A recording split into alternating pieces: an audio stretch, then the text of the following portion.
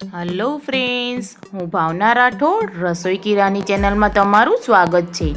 आज आपणे बनावीशुं एकदम क्रिस्पी और स्वादिष्ट साबुदाणाना वड़ा। आ साबुदाणाना वड़ा कोईपण उपवास के व्रत में लई शकाय छे। तो चालो सामग्री जोई लईए साबुदाणाना वड़ानी। तो चालो बनाववानुं शरू करी दईए साबुदाणा वड़ा। एक वासण में आपणे साबुदाणा उमेरी लईशुं।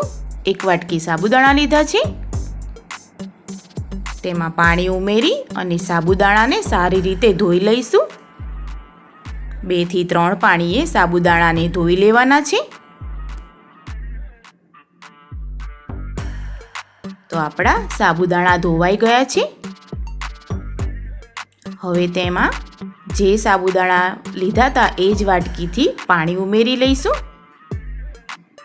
अने ढांकण ढांकी 4 कलाकनो रेस्ट आपी दईशुं।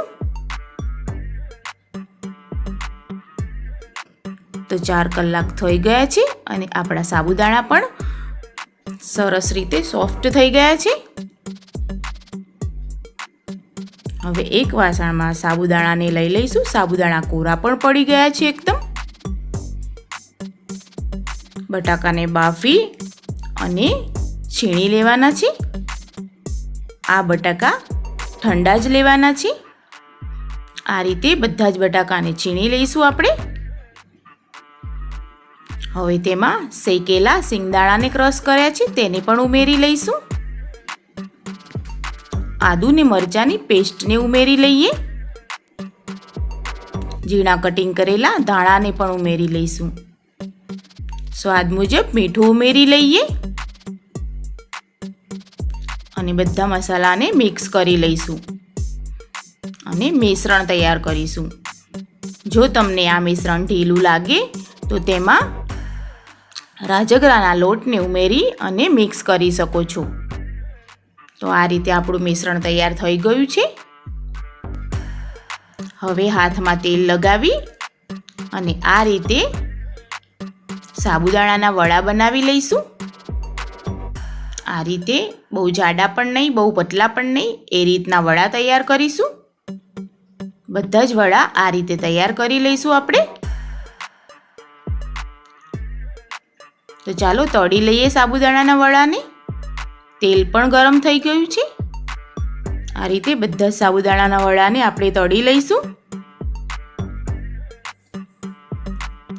बहु उतावળ નથી કરવાની ફેરવવામાં। થોડા કડક થાય પછી જ તેને ફેરવીશું। તો થોડો કલર પણ ચેન્જ થઈ ગયો છે અને થોડા કડક પણ થઈ ગયા છે। હવે તેને ધીરે ધીરે પલટાવી લઈશું। તો જોઈ શકો છો કેટલા કુરકુરા અને સ્વાદિષ્ટ સાબુદાણાના વડા દેખાય છે। તો તૈયાર થઈ ગયા છે આપણા સાબુદાણાના વડા। एकदम कुरकुरा और स्वादिष्ट साबुदाणा वड़ा तैयार छे। तो चालो सर्व करी लईए साबुदाणाना वड़ाने। जो तमने आ रेसिपी गमी होय तो तमे पण बनावो अने मने कॉमेंट करो केवी लागी आ रेसिपी। जो तमने मारो विडियो गम्यो होय तो मारा विडियो ने लाइक करो, वधुमां वधु शेर करो अने सब्सक्राइब करवानुं भूलशो नहीं। તમે મારો વિડીયો છેલ્લે સુધી જોયો તે બદલ તમારો ખૂબ ખૂબ આભાર। આજે બસ આટલું જ। ફરી મળીશું એક નવી રેસીપી સાથે। Thank you.